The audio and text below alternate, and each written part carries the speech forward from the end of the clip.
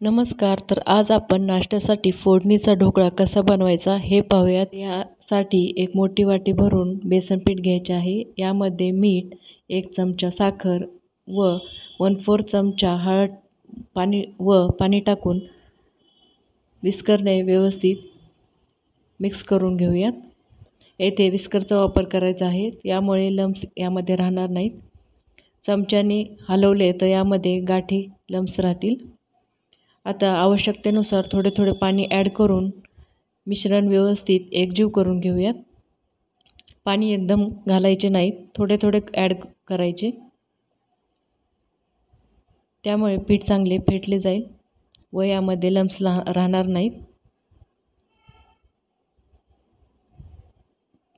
पाय ते आपले पीठ सॉफ्ट झालेले आहे. आता यामध्ये थोडे थोडे पाणी ॲड करून दाखवल्याप्रमाणे कन्सिस्टन्सी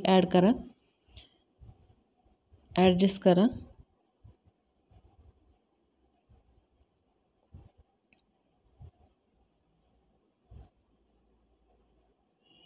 आता यामध्ये अर्ध्या लिंबाचा रस टाकूयात. तुमच्याकडे लिंबू नसेल तर येथे लिंबू सत्वाचाही वापर करू शकता, थोडक्यात सायट्रिक ॲसिड. आता यामध्ये 1 चमचा तेल घालूयात व व्यवस्थित एकत्र करून घेऊयात. आता यामध्ये पोह्याच्या चमच्याने 1/4 चमचा सोडा टाकायचा व चांगले एकत्र करा. आता एका ताटाला तेल लावून घेऊयात. येथे केक टिनचाही वापर करू शकता. माझ्याकडे केक टिन नसल्यामुळे मी येथे ताटाचा वापर करत आहे. ताटाला व्यवस्थित कडेपर्यंत तेल लावून झाल्यानंतर लगेच तयार झालेले मिश्रण ताटामध्ये ओतूयात. आता कढईमध्ये 1 ग्लास पाणी टाकून त्याच्यावर ताट ठेवूयात.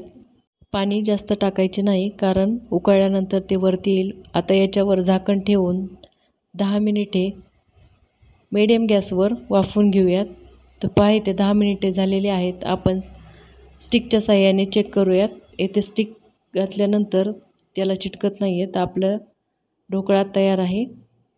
आता तुम्हाला हवे तशा साईजमध्ये कट करून घ्या व येथे मिश्रण ताटामध्ये ओतायच्या अगोदर सोडा टाका. सोडा अगोदर टाकून ठेवायचा नाही. जेव्हा गॅसवर आपल्याला ताट ठेवायचं आहे त्याच टायमाला सोडा ॲड करायचा आहे. आता तुम्हाला हवे तशा साईजमध्ये कट करून घेऊयात. येथे बारीक बारीक तुकडे केले तरीही छान वाटतील. पहा, आपला ढोकळा चिटकलेला नाही आहे ताटाला. आता कढईमध्ये तेल टाकून यामध्ये जिरे व मोहरी घालूयात. जिरे मोहरी तडतडल्यानंतर यामध्ये लसूण, हिरवी मिरची व कढीपत्ता घालूयात. मोठी वाटी भरून उभा चिरलेला कांदा टाकलेला आहे. आता कांदा थोडासा लालसर होईपर्यंत भाजून घेऊयात. नंतर यामध्ये 1 मोठा चमचा भरून तीळ घेऊयात. तिळामुळे मस्त चव येते, त्यामुळे तिळाचा वापर जास्त करायचा आहे.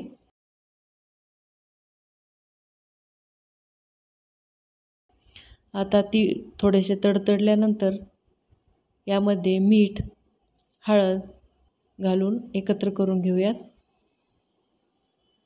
व सर्वात शेवटी टोमॅटो टाकायचा आहे. तर इथे अर्धी वाटी टोमॅटोचा वापर केलेला आहे. तर टोमॅटो टाकल्यानंतर अगदी 2 मिनिटे परतून घेऊयात.